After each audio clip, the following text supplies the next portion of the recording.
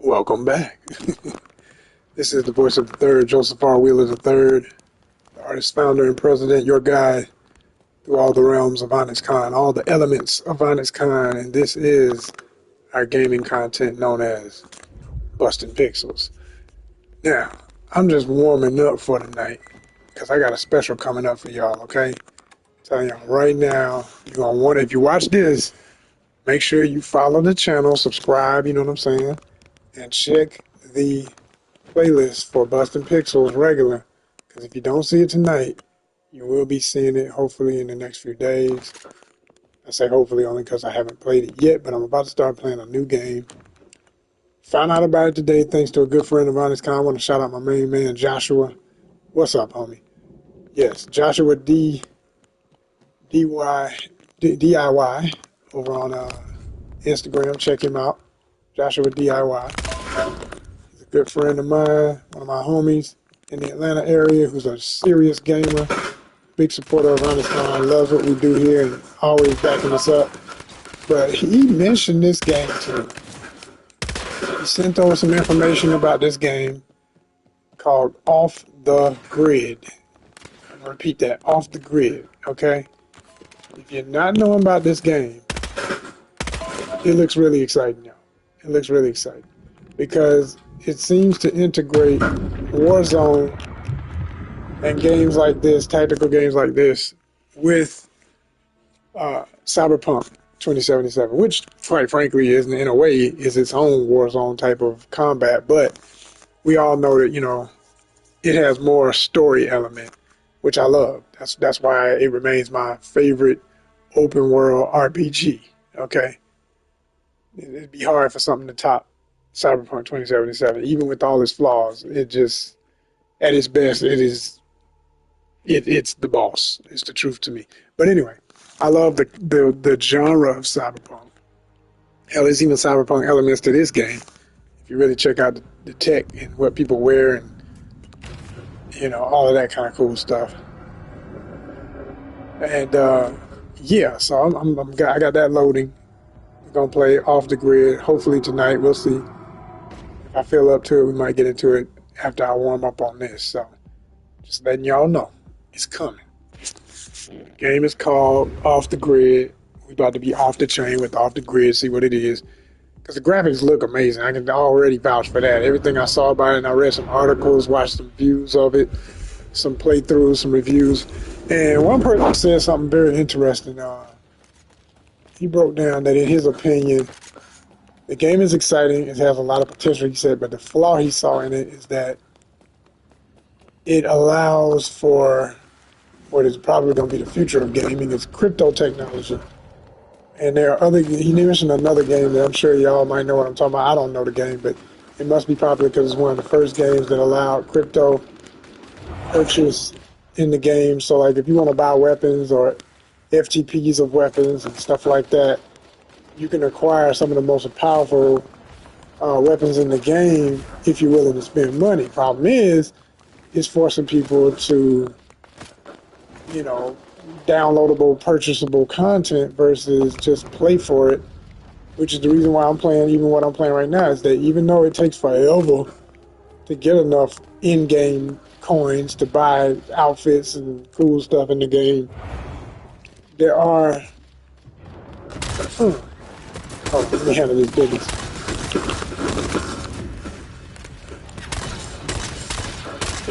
Yeah, like I said, thank you, team.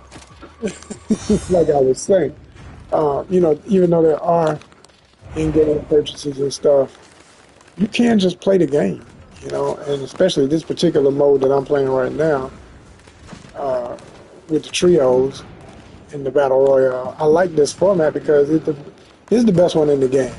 Other ones in the game, you die all quick, you don't respawn enough, you respawn once and then it's over and all that old stuff. No.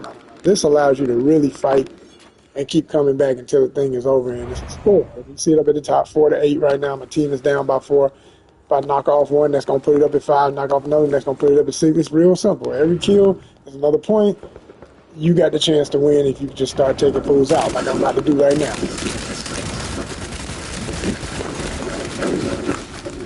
Yeah, like that. You can win.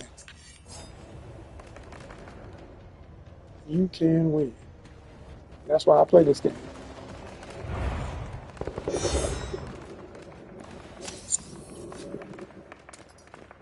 Versus other games like it where, you know, you just be out real quick. It's all over real quick. It's never a chance to really put in work and have fun. You always losing. It's not good. So this actually makes it fun. And so the guy was saying about this off the grid game is that it is fun right now when it's got the option of this whole crypto thing, but it's not active yet. He said, I think after it becomes active, it won't be as fun because, you know, the billionaires and millionaires are going to buy all the best weapons and stuff, and they're going to be out there playing against everyday workers like so, who are not going to spend the money and who are going to want to, you know, fight and play for it and earn it through skill on the actual skills with the hand to controller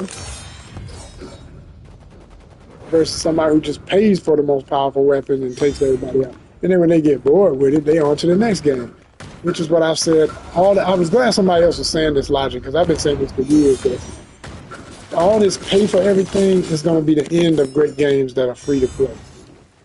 You gotta have both. I understand they're trying to make money. They didn't make the game to not make money, even though it's free to play. Does not mean they don't want to make profit. They still gotta charge for something. So I get it. I'm a business-minded person. I get it. But I also understand that you've got to keep enough people playing it so that the rich always have someone to play against because they get bored quick. I mean, after they buy everything, play it for about a month or so, maybe a season, 4-month period, they done. That's just the mentality of somebody who's spoiled and has everything. It's nothing to acquire something else. They don't have to work for nothing. It's just easy. You know, it's a different mentality. But when you actually playing for recreation, but you also don't have a lot of money to be wasting. You got to buy groceries. You're concerned about your next bill getting paid off so you can continue to have your lights on. And yo, you're not going to, you know, you love the fact that there are some free games to play. And we create the challenge for the folks who buy everything. They need to be up in here with us. Because we're going to be the majority. We're gonna be the ones when they get bored fighting against each other. They're going to be like, man, don't nobody be out there no more. I go in and all I can play is the computer. I like playing real people. Well, real people, for the most part, are folk who got to pay bills for real. And some of us, you know, I don't have kids or anything, but I am an uncle and I understand that mentality. You know, a lot of folks got kids and stuff. Yo, they're not going, if they're smart, they're not going to go into debt just to satisfy their video game craze. They're going to play when they can, and that's it. And if it becomes too expensive to enjoy it, they're going to be done with it. Go to the next. Just like that.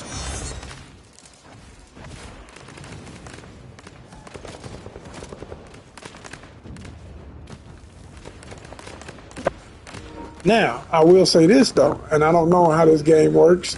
And like I say, I'm not going to talk about it too deep without having played it. And then also just going off of that guy's review, he made it clear that, the game is free to play now.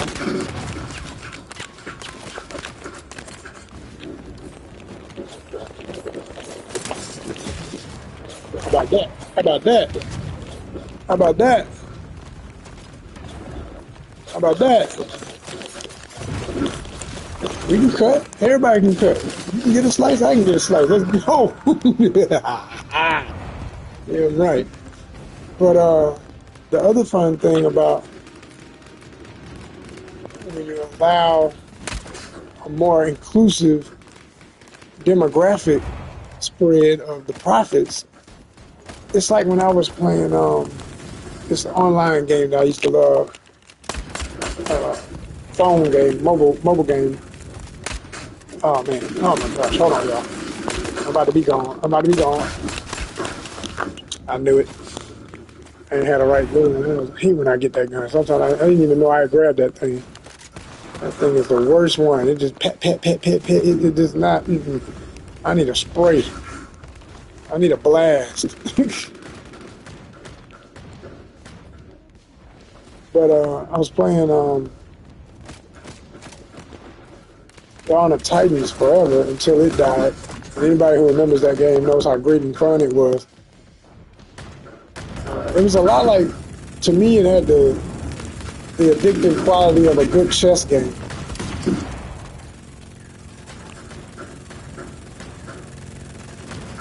Okay. What is this dude? There you go.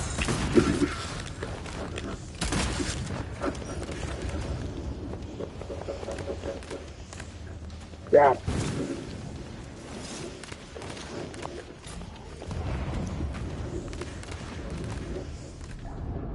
All right, well, gave it a good go.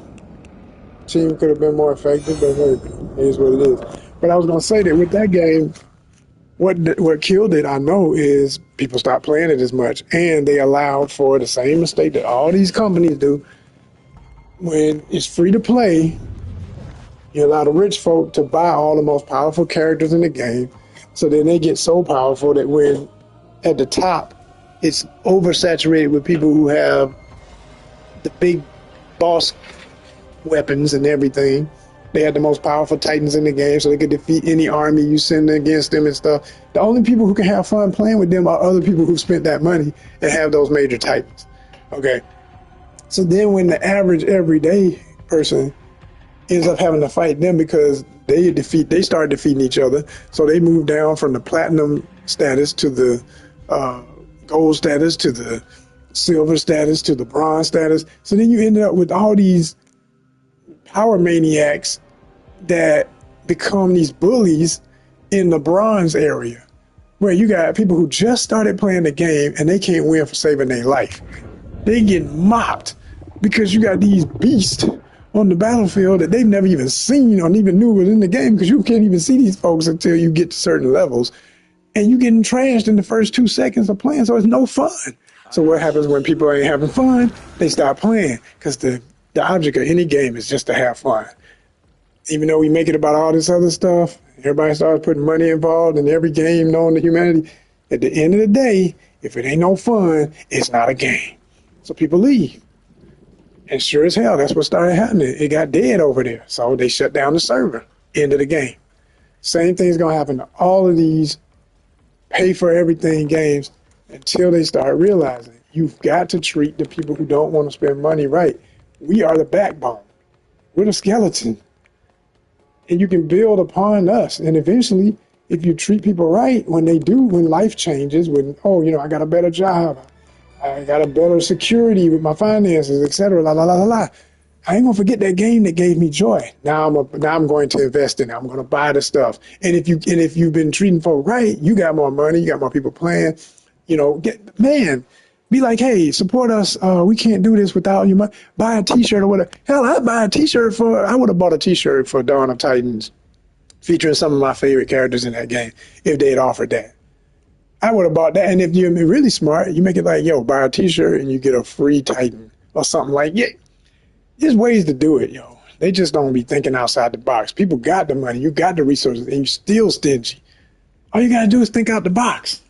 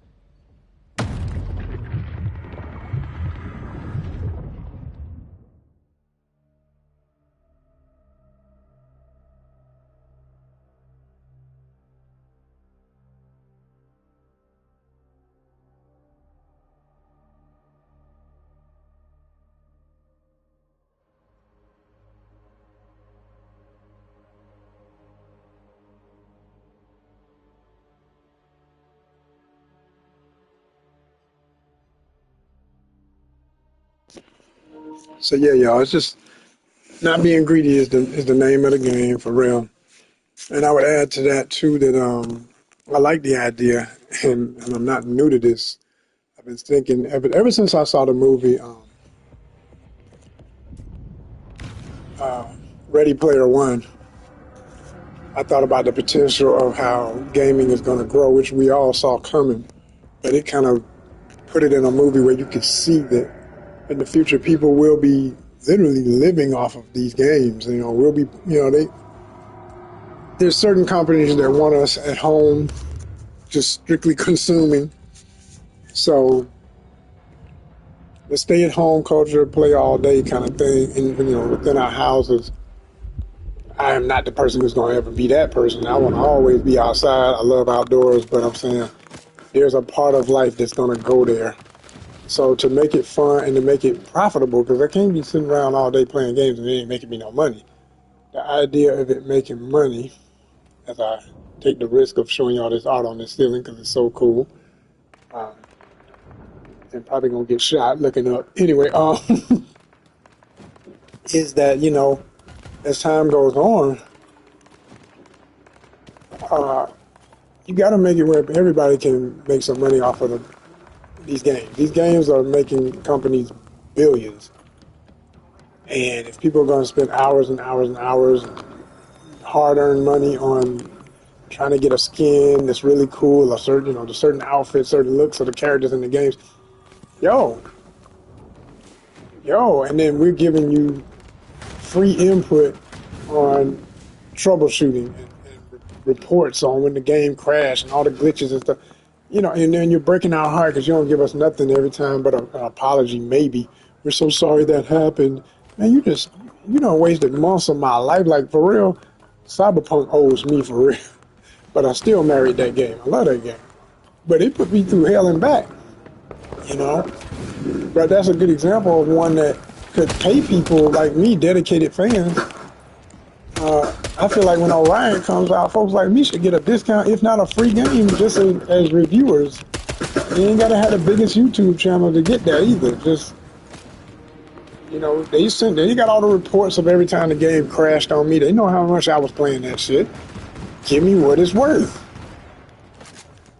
As a consumer, pay people. So the closest thing we got to that is the idea of crypto games where, okay, people will literally buy into these games and have some ownership of some level, and it's like stock market. I mean, because that's what crypto is. It's the new stock market, and I think it could be very beneficial, especially to serious YouTubers like myself, and with the nonprofit also. I mean, come on, help me to help you. Put some money on it. Let's go. Let's get it to the next. Here we go. Yep, they got me.